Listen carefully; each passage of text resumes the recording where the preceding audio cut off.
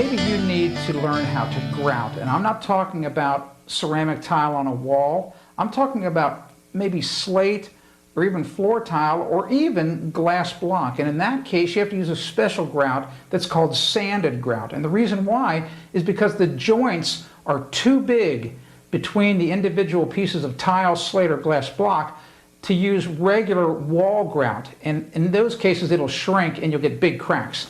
Sanded grout is easy to work with. I like to mix sanded grout using a small little bucket that allows me to control, and it's not so far that I have to reach. And what I do is I just add a little bit of water with a sponge.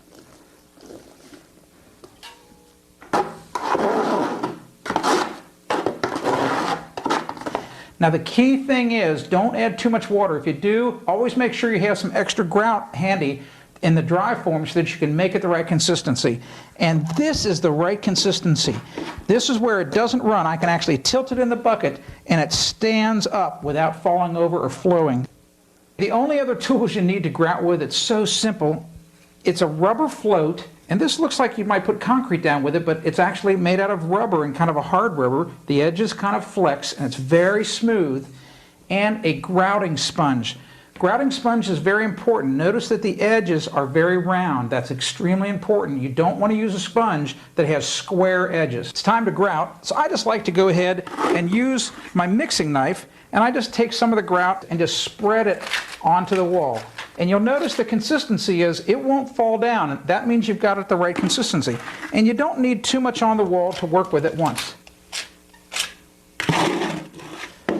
Now you take your rubber float and get it a little wet first. It's important that you do that so that you kind of lubricate those edges. And just take the float and go across the glass block, but we're just trying to drive the grout into the spaces between the blocks.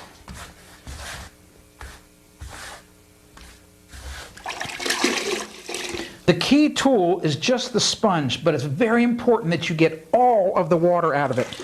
Now take the sponge and just lightly go over the glass block. Don't press too hard. Don't worry that it's smeared. And just watch how the sponge smooths out the grout joints. Frequently rinse out the sponge to get rid of all of this excess grout. Once you've got the grout joints nice and smooth and they're where you want them to be, it's now time to get the final bit of grout film off the block. Once again, the sponge has got all the water out of it, and you just very lightly let the sponge come down on the glass block, and it will remove most, if not all, of that grout film. Once you let the grout completely dry, you can buff it with a dry cotton rag or a towel, and it's going to look gorgeous. I'm Tim Carter, Ask the Builder. If you want to discover more home improvement tips, go to AskTheBuilder.com.